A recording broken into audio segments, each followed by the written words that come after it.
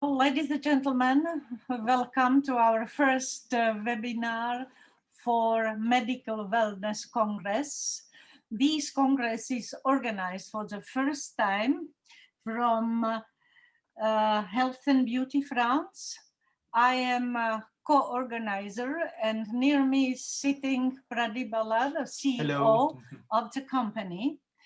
We are very willing and committed to support our sector and to meet the people all together to do a new things, to open the door for the new things. And we decided to launch a series of a webinar, one per month. And we would like to open you the door to completely new regards the new things. Why we are doing the Congress in Austria, which will have as a main theme integrating health and wellness. We would like to do or create very selective professional international meeting in Europe. We would like to meet together very known and very professional international specialists, and we would give everybody the source of profit and in the same time to do and to offer very nice, I will say, tool for the marketing. Our objective is not only to fostering relationship between the leaders and decision makers, but we would like to facilitate the dialogue, which is very important for exchange of ideas. Today, I am very happy to welcome here in our webinar three extremely nice and beautiful people from Great Britain, from Sweden, and from France. I am very happy to welcome Jane Kitchen. She will be moderator of this webinar. She is journalist and editor specialist in spa and wellness. And she will host two eminent personalities, Madame Elisabeth Contal from France, the president and founder of Crystal Connection, and Mr. Andrew Gibson, chairman of the Wellness Tourism Association, and of course, very well-known international hospitality specialist. The theme of this webinar will be a return to the nature, the importance of the natural world for the mental health and wellness. Maybe another thing, if you would like to see on our website our partners and media partners, please connect to our website. Before we start, I would like to cite Winston Churchill. Winston Churchill said, "A good speech should be as a woman's skirt, long enough to cover the subject, but too short enough to create interest." So, Jane, we are very interested in what you will do. Yes, one little word before you start, Jane. All participants, if you have any questions, please use the Q&A tab that you have in the webinar box there, and we'll answer as many questions as we can in this time slot. Thanks. Great. Thank you, Vladi, and thank you for Pradip, and thank you, Andrew and Elizabeth, for joining me here. And thank you all who have also joined us. I was sort of looking at the participants as we were logging on and see there's quite a few friends, industry friends I know, and quite a few I don't. So everyone, welcome. And as Pradip said, if you can use the Q&A to ask any questions, I'll try and keep an eye on that as we're moving along and try and work your questions in as well. I wanted to start, Andrew, with you as the head of the Wellness Tourism Association. If you could perhaps explain to our audience what you see as the difference between medical tourism and wellness tourism, and also maybe talk a little bit about the ways in which those two might intersect or overlap. Oh, what a difficult subject question to start with. So I'll try and keep it simple. First of all, the World Travel and Tourism Council and the World Health Organization have no accepted classic definitions of medical or wellness tourism. There are lots of different definitions, but there's no official global definition. And that can cause confusion, I suspect. So medical tourism, I think most of the definitions include a notion that someone's traveling to another country, and the primary reason of their travel is to get some kind of medical procedure. It may be a necessity or it may be cosmetic. And that notion of traveling overseas is fairly commonplace. So medical tourism is I'm traveling overseas somewhere to get a medical procedure taken. I actually would argue that domestic tourism now is just as important in terms of medical tourism as international tourism, because if you think of America, for example, with several thousand miles from east to west coast, somebody traveling from the west coast to the east coast to get a medical procedure done could probably equally classify as medical tourism. Right. The Wellness Tourism Association, we define wellness tourism as a traveler that's taking a journey for the purpose of maintaining, enhancing, or even kickstarting an activity to improve their state of well-being. And that's quite a big, vague sort of terminology. But basically, I think you could say one is to actually a curative process. So I want to fix something. That's why I go for medical. Whereas wellness is, in many respects, a preventative measure where I actually want to prevent myself deteriorating, or I want to make sure I maintain a healthy position. But then, as you just said, all right, there's some of them that place somewhere in between that. So I think for the audience, if you can think of a continuum whereby a hospital that does a heart bypass operation, for example, in Thailand, for the American that's going over there to take that, that's a classic example of medical tourism. Whereas perhaps a silent retreat or an ashram would be a very good example of a wellness tourism activity. Okay, so where does something like elective cosmetic surgery or cryotherapy fall? Or what about current trends, for example, Piyavati Hospital in Bangkok that's got the Tria Health Center right next to it, or the Life Healing Center at Canyon Ranch? All of those things fall somewhere along that continuum, and there isn't a sort of a line that says, okay, now you are medical tourist and now you are wellness tourism. So I think some work that Laszlo, I can't get his proper name, Laszlo Puškal has been doing. And I kind of like his kind of summation of this that says, well, let's use the overriding word health tourism as the descriptor of all of this area. And then you can have that realm of medical tourism at one end, wellness tourism at the other end of it, and a merging in between, and many operators falling somewhere in between. And quite honestly, as the chairman of the wellness tourism, I'm perfectly happy with that. I don't think there are any right or wrong classifications. And I'm really pleased to see that more and more of the medical industry are starting to embrace wellness practices and starting to incorporate that into their operations. And I think, just to finish this particular area, I think the wellness industry can help the medical profession by developing more hospitality in areas such as the design of the facilities, the terminology, guests rather than patients, and the overall guest experience. And I think the medical industry can help the wellness industry in terms of scientific support, data records, licensing, and health and safety. So I think there's a great ability for the two to work together, and I don't mind that merging. I actually quite enjoy it. Yeah, great.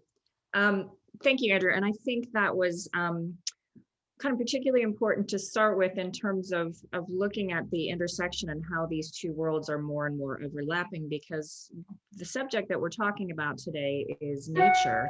And you know, we think of that in some ways that seems more like something that would be easily put into a wellness retreat as opposed to a medical medical wellness facility. So I think, one of the things we're looking at is that there are several consumer surveys that are showing that consumers are particularly interested in this reconnection with nature after what we've been through this past year and what we're still going through with COVID-19.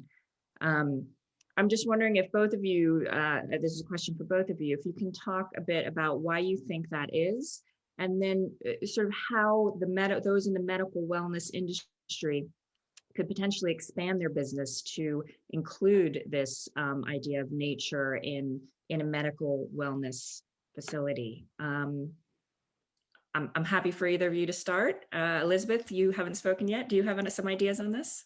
Thank you for your question, Jane. Really, what I believe it's when your body and your spirit are together, you are in a good alignment.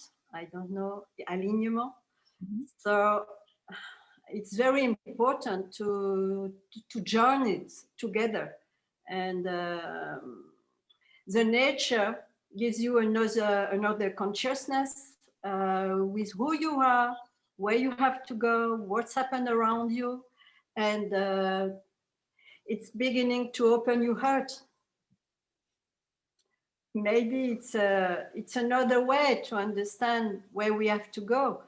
But what we learn at this time with COVID-19, it's another completely different way to go, way to think.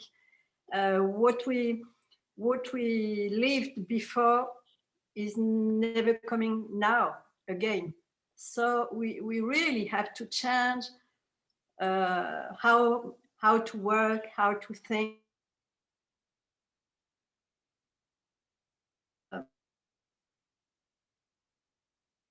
Hello? She's frozen for me. Is she frozen for Okay. everyone else as well? Maybe you can continue on, Andrew, while we wait for Elizabeth to reconnect. Well, Yeah, it's a it's shame okay because now. I think, Sorry. okay, Elizabeth, I let you just finish because you were really touching on an emotional bond in there, which I thought was quite good. And then, because mine's not emotional, mine's very factual. So I think it's very good if you just finish off. We missed the last couple of minutes, sentences you were making. You froze. What I really think and believe and trust, it's another way to open and to live with the nature of really who we are, and to reconnect with our nature. It's l'être-té, how the well-being, really, like le paraître.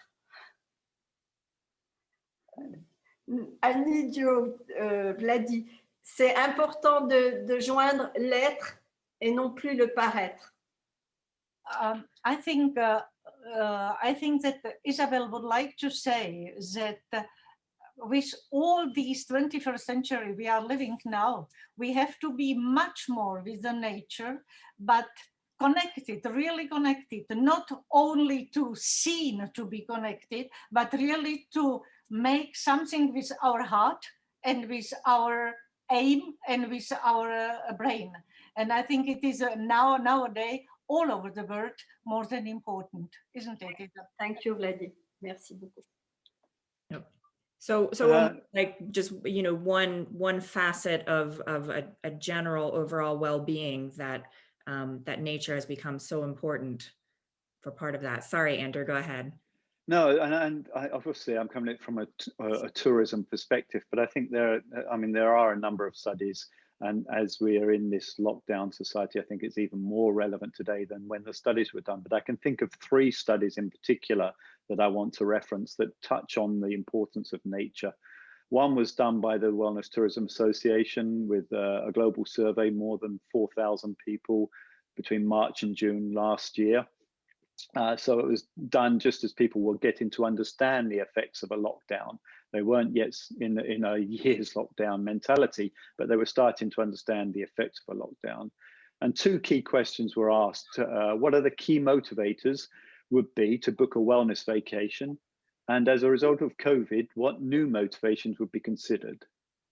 There were not only did people respond to that, but there was 2,435 personal comments from respondents that were giving their stories. And this was, as I say, done a year ago when COVID was just starting to take effect. And in relation to your question, after rest and relaxation, the most important theme from respondents was to connect with nature, either through experiencing outdoor activities or through total immersion in nature. And that was consistent with any age group, millennials, Gen X, and baby boomers. The other three big themes were safety and trust, social connection, which I would imagine is even more strong today, and mental well-being, which is without doubt, I mean, Global Wellness have highlighted that and brought that to the attention for everybody, which is really good. But boy, is that so relevant today. The second survey was actually done by the Global Wellness Institute, and a similar survey about the similar time, and they had 2,000 respondents, and nature was also extremely high in their results. People want to be in touch with it. And then, as I referred to Laszlo, he actually conducted a study for the Health Tourism Worldwide group that looked at wellness tourism 2030 post-COVID, a very, very good study. The WTA endorsed it, but it was done by him. There's an excellent information on the perception of wellness tourism from the perspective of academia, industry, and consumer perspectives. And once again, being in touch with nature and just being able to relate to a natural environment is very, very important. So in relation to your question, I think that there's a need for wellness tourism to consider that there's more data now available to show that nature is important in people's travel plans. It's important in terms of their well-being. So from the medical perspective, these surveys show that people find that being in touch with nature is very therapeutic, even if it's not scientifically quantified, although there are now studies to show it is getting quantified. And also, I think from Laszlo's perspective, he said that the highest growth potential for consumers was in actually having evidence to support that, whereas alternative and new age therapies he thought was the lowest growth potential. So I think it is important that once again, there's an opportunity for the medical wellness and the wellness tourism to merge together. Mm-hmm. I think the desire to connect with nature is so significant because it also meets the conditions, as I said, of open space, healthy atmosphere, and mental well-being. And in this world today, there's also the ability to enjoy a social connection in a safe group environment whilst minimizing the risks of getting COVID. And outdoor spaces, almost every government is promoting that as being the safest way of being able to socialize. So I'll just sum up with, I think there's sufficient space or rural environments. So for medical wellness, I think if they're thinking about their environment, if they can just add walks and add interesting information along the walk to encourage people to go for a walk, that can be very, very worthwhile, and it's a simple, quick fix. If you're a facility creating places to be able to do painting, yoga, or bird watching, those are all quick fixes that you can do that will add and enhance the guest experience. And in urban areas, think of using the outdoor space to do something that's always going to be popular. And just think of outdoor cafes and how popular they are. Why? Because they're outdoors and we like to see what's going on in the world. So whilst it's not a completely natural environment, it's as natural as you're going to get in a city environment. I think other urban examples, vertical gardens, indoor kitchens, adding natural light, clean air, good noise insulation, which are all replicating nature, are things that you should be thinking about if you're providing some kind of wellness to your guests. And yeah, I'll stop there. I could carry on, but I'll stop there. No, that's great, and thank you, Andrew. That's a lot of really specific kind of ways to incorporate nature into really any kind of facility. And just a note to those who are listening, the study that Andrew referenced from the Wellness Tourism Association we have a brief article and overview of that in the upcoming Spa Handbook, which I work editing on. And there's also another article in there that's quite interesting from, many of you know Thierry Malloret, who's a well-known international economist who focuses on the business of wellness. And he's been so kind as to give us an excerpt of his book on COVID-19 for the handbook. But the chapter that he gave us is all about nature and well-being and the connection between those things. And he talks quite a little bit about the role of nature and green space in immunity and inflammation. And I think many of us are familiar with things like the studies that have been done on forest bathing and how much that can actually affect your, not just your mental health, but physical health as well. So definitely something to think about. Elizabeth, I wanted to talk a bit more with you. We're talking a bit about green spaces and trees and things, but your work focuses on the healing power of crystals, which of course are a natural element. So I wondered if you could talk a bit about sort of what you do and how that might be relevant for those in the medical wellness industry. Thank you, Jane. For me, there is a really energy in stones. It's like a little therapy. And I work really with rock crystal because in rock crystal, you have all the world inside. And what is very interesting is to be in the rock crystal room, to be on meditation, because rock crystal open your third eye, your seventh chakra, and more at this time we are down with the black ideas, with black material things. But more you go up, more you are better inside you, in your spirit. And so it's very important to open your mind in this kind of thing. And it's really, I really believe on this healing of stones and area of rock crystal room. It's a nature. It's a nature come from long time ago, and I don't. We don't create nothing. Everything is here. Mm-hmm. I think it's interesting, Elizabeth. I was reading an article just earlier today from Travel and Leisure, or Travel and Leisure if you're British. And I wrote down, there was a quote in it. I wrote down because they were talking as well. The article was about how your spa and wellness experience will be different post-COVID, but nature was very much on the minds of many of the people who were quoted. And I wrote down a quote from Simon Markser, who's director of spa and wellbeing at Miraval in the US. And he said, people are craving the stability and continuity of nature, which I thought was quite interesting, as nature as a, and I know personally I felt this in those early days of the pandemic, where nature, it's strong, it's continuous, it keeps going on, the seasons keep changing, the sun rises every day. The rocks, the crystals that you're talking about are there and have been there for so long. So that definitely seems to be something that's resonating with people in terms of that stability. I'm wondering if either one of you can think of any examples of medical wellness destinations that have maybe really married the idea of nature or energetic healing, that have incorporated those two things quite well together. Can you think? Jane, yes. Can I tell only one thing? Yes.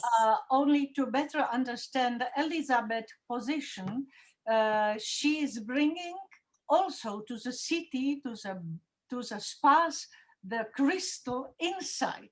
So she's creating the crystal wall. She's creating for some companies, I will not name, tools with a crystal. So the people are really in a straight touch with these crystal, and the crystal give energy. So it is not only nature as we are all thinking, trees, flowers, waters, but really this minerality which is coming with these specialty what Elizabeth has, straight on to this wellness area, medical areas, to the hotel, to the. It is very, very interesting, and I think that the people are now more and more sensible for stones, for the crystals, not only nature green as we are thinking. It was only small explanation. Okay. Great, thank you. Yes, so Jane, to answer your question, I've actually got 4 examples I want to give. Some of them are directly in that touch with nature, and others of them are more where medical and wellness have, I think, successfully combined. The first one I'm going to start off with is actually in Quebec City in Canada. And that's St. Augustine's Monastery. And I'll just give you a quick reason why I've chosen that. That was founded by nuns that went to the new country of Canada in 1639. And the monastery is still in operation today. And that organization is now one of the biggest hospital owners in the Quebec province. But at the same time, the monastery provides a wellness center with silent retreats and a hotel focused on wellness. And they've done that right slap bang in the center of Quebec. But there they have courtyard gardens where they invite people to go into the gardens, a choice of activities such as a silent retreat. And it's just a total environment of spiritual and emotional well-being. And then they also got the museum of all the hospital equipment that they've brought to Canada in the, 300 or 400 years that they've been going. So it's a fascinating, I love it. It's a great location and a great example of the marrying of the two. In fact, 2 at the extreme ends of both ends of the continuum I mentioned. Another example I mentioned earlier is in Thailand. It's Piyavati Hospital and Trias Center. That's now over a decade old, and the Trias Center was revolutionary because it was built by the same owners as the hospital. The hospital was doing medical and still is doing medical tourism, and this 4-story building had a combination of hydrotherapy, a choice of restaurants with all different types of nutritional menu restaurants, and all kinds of alternative treatments and practices going on there. And it's a great marrying of both the wellness continuum and the medical continuum. And then the last 2, I think, because we are primarily focused on Europe, the last 2 I'm going to give a shout out to Europe. One which I'm looking at with great interest is with Lanzerhof, the new facility they're doing in Sylt, which is on the west coast of Denmark and northern Germany. And I think that's interesting because Lanzerhof you think of as being very scientific, very medical in these beautiful locations they've got. Well, Sylt, they've chosen that because that is just absolutely in touch with nature, and you've got the beautiful scenery there, very natural environment, and a full range of medical diagnostics and spa treatments that will be able to go in there. So I think that's interesting. And then my last shout out, and I see we've got one of the guys on the in the audience, so he probably will be able to tell a lot more than I can. But I'm very impressed. Wellness tourism isn't new. It's been going for centuries. In the Victorian times, Northern Europeans went down to the Balkan countries to get their cures because it was horrible, and tuberculosis and God knows what going on up in Northern Europe. And they went down there for their health tourism. But sort of born out of that, and from that region, we've got what was called Danubius Hotels. They're now a new name. Mark Henneby's the guy that's running that. And they are the ultimate, I think, in wellness tourism, where they've taken natural resources, hot springs and different like this, and been able to combine that with medical treatments and also with a vacation environment. And they've got lots of stunning locations in Central Europe. So I think there's plenty of operators out there that are marrying the 2 together successfully. Yeah, that's a great example. And hello, Mark. And it's Sana is the new name for. Okay, thank you. Yes. I'm aware that we're probably running up against time. Do we have time for any audience questions if there are any? haven't seen anything pop up in the chat, but if anyone wants to type a quick question, I'm sure we can quickly fit it in. Jane, if I can entrance once more, I think that the people could have all the time in Austria on the 28th and 29th June to join us. You will be there, Andrew is there, Elizabeth is there, and we will be very happy if we can discuss this very interesting theme over there, you know? Yeah, I'm really looking forward to that, and I mean, half an hour, I could ramble for ages on this subject. So I'm looking forward to being able to get to the conference and expand on this, because I think this is an area that's exciting. I think by June, I'm optimistic that most countries in the world will have learned how to live with COVID, that we will have had enough vaccinations and enough skill and care in the healthcare areas to be able to say, okay, we can return to allowing people to travel. And when they can travel, I think we can expand on this subject greatly. Absolutely. Absolutely. Well, I definitely look forward to connecting with you all in Austria in June, and hopefully with everyone who's listening in person. And we have the second webinar in February on 25. And I let down the word, Jane, if you permit, to Pradeep. Yes, absolutely. So thanks for, I don't know if there are any questions. I don't see any questions coming up. So I think we'll start wrapping up this webinar. Thank you for being here. Thank you for supporting this industry. Thank you. Thank you, Jane. Thank you, Elizabeth. Thank you, Vladi. Thank you. Thank you all. Yes. And see you on 25th of February with, well, 3 other panelists that we will promote very soon, and with an interesting team also. Thank you very much. Have a nice time. And I'm very happy that we had people connected from all over the world. And it is so interesting. I hate this system of connections, but I hope that everybody will come to Paris or to Austria and we shall drink together champagne or wine or coffee and we can see each other. Thank you very, very much and have a nice day. Thank you. Thank you. Bye-bye, everybody. Thank you. Bye.